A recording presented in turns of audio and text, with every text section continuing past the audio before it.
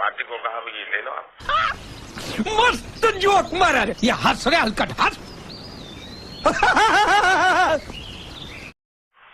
आपको दे देना चाहता हूँ, मुझे कुछ चाहिए नहीं। तो मेरी वो प्रक्रिया चल रही थी, फिर पता चला कि वो मामला तो कहीं सुप्रीम कोर्ट में लटका पड़ा है। शायद वो जमीन किसी को दे नहीं सकते, इस प्रकार का कुछ है। मुझे पूरा व्याप्त मालूम नहीं, क्योंकि मैं इस चीजों में रुचि नहीं लेता। लेकिन जब भी वो क्लियर हो जाएगा तो मैंने वो भी पार्टी को अभी मजा आएगा ना भिड़ो देना तय किया हुआ है।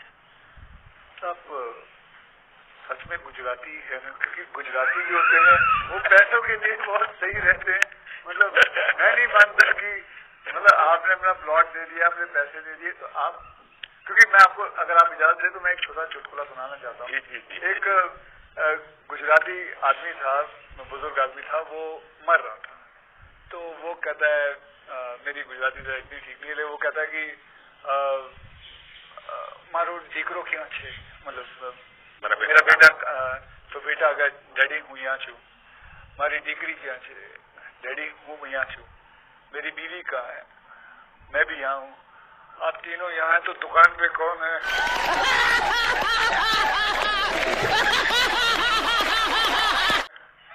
तो सारे के सारे इधर ही आ गए हो, तो मेरे दुकान पे कौन है? क्योंकि मैं मानने को तैयार नहीं हूँ, क्योंकि मैंने देखा है गुजरात, मेरे बहुत सारे गुजराती दोस्त हैं, गुजराती जो होते हैं वो अपने पैसों को बहुत सही संभाल के रखते हैं, वो अपने पैसों से दूर नहीं रहते। मैं आपको एक चुटकुला सुना दूं। ये बहुत बड़ी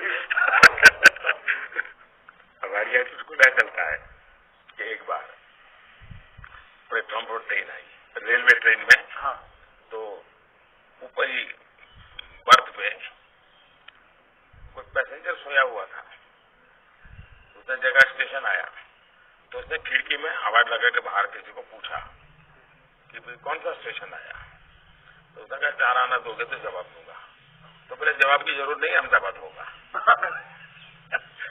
अभी मजा आएगा ना भिड़ो। बिल्कुल, तो ये बिल्कुल बात सही है। और एक बताता हूँ, ये किसी की आलोचना करने के लिए नहीं है, लेकिन कोई भी अर्थ निकाल सकता है। और ये सत्य घटना में से बना हुआ चुटकुला है। बहुत साल पहले, वैसे मेरी जिंदगी ऐसी थी, ये हाफ स्लीव का कुर्ता और पैजामा, जूते और थैला, यही मैं रेलवे में भटकता रहता था और दाढ़ी रहती थी। तो मैं पुणे स्टेशन पे उतरा और मेरे पे ज्यादा सामान तो था नहीं, मेरा एक वो झोला था, एक अखबार था हाथ में। तो मैं पैदल चला जा रहा था, जो पुणे में आरएसएस। मेरे को जानता नहीं है। कहेगी आपके 3 विषय क्या है, तो वो आपके 3 विषय क्या होंगे? देखिए, अलाउद्दीन चिराग मुझे मिल जाए और सचमुच में उसके पास ताकत होगी तो मैं उसे कहूंगा कि तुम जितने भी ये समाजशास्त्री हैं या जो एजुकेशनलिस्ट हो, उनके दिमाग में भर दो कि भावी पीढ़ी को ये अलाउद्दीन चिराग वाली कथा सुनाना बंद करें कि ऐसा कोई अलाउद्दीन होता है और वो इच्छाएं पूरी करता है। मैंने कहा उसको मेहनत करना सिखाओ। मैं कभी एक्सपेक्ट नहीं कर रहा था आप ये जवाब। मस्त जोक मारा रे, ये हंस रहे हलकट हंस। मुझे लगा आपको आप सोचोगे क्या है, लेकिन ये एक बहुत ही सही तरीका है। आलसपना जो होता है वो यही चीजों से आता है। यार आई विश मुझे ये मिल जाए, बैठे बैठे मिल जाए। तो ये जो आपने जो किया हुआ है, ये जो कहा हुआ है, बिल्कुल सही कहा हुआ है। ये मूलतः बाहर से आए हुए चिंतन है, मैंने रिसर्च नहीं किया है। हाँ। कि हमारे यहाँ मूल चिंतन ऐसे नहीं, मूल चिंतन हमारे यहाँ परिश्रम का है। हमारे यहाँ ये नहीं है कि भाई ऐसे ही कुछ आकर को कोई दे देगा, ऐसा नहीं है। एक ना एक दिन तो सभी को रिटायर होना होता है, आपको भी रिटायर होना पड़ेगा। तो आपने कभी पोस्ट रिटायरमेंट प्लान सोचा है कि आपने जब ये सब कुछ खत्म हो जाएगा, मतलब आप पॉलिटिक्स से संन्यास ले लेंगे, तो आपके आगे जाके आपने अभी मजा आएगा ना भिड़ो। एक बड़ा इंटरेस्टिंग चीज बताता हूँ जी। हम लोगों की एक मीटिंग थी इनर सर्कल की। अटल जी थे, अडवाणी जी थे, राजमाता सिंधिया जी थी, सिकंदर बख्श साहब थे, महाजन थे और उसमें सबसे छोटी आयु का मैं रहता था। तो बातें करी उस वक्त ऐसे एक अभी मीटिंग शुरू होना बाकी था, ऐसे गप्पे चल पड़े कि भाई रिटायरमेंट के बाद क्या करेंगे। तो सबने कुछ न कुछ अपना बताया। प्रमोद महाजन इसको बड़ा लोगों को खुद करके दिखाते कशिश सकल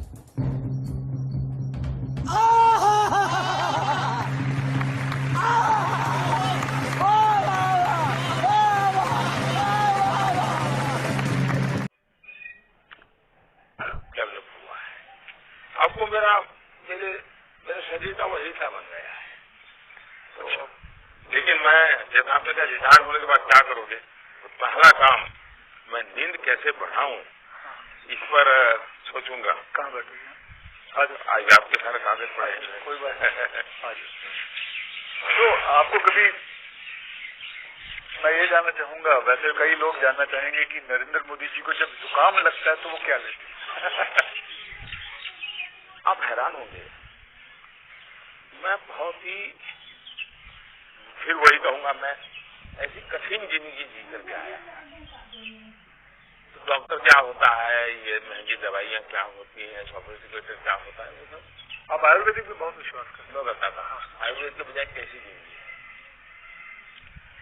अब आप जब पहाड़ चढ़ते हैं तो पैर तो दर्द करते ही हैं, कितनी आदि हो लेकिन ऊंचाइयों पर जाते हैं। अब जो अकेला इंसान है वो क्या करेगा।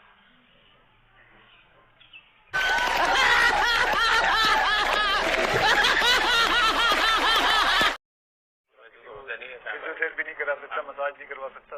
अब मैं क्या करता था जी, मेरे कंधे में हमेशा एक ये जो असम का गमछा होता है ना, ये गमछा मेरे पास रहता था ऐसा।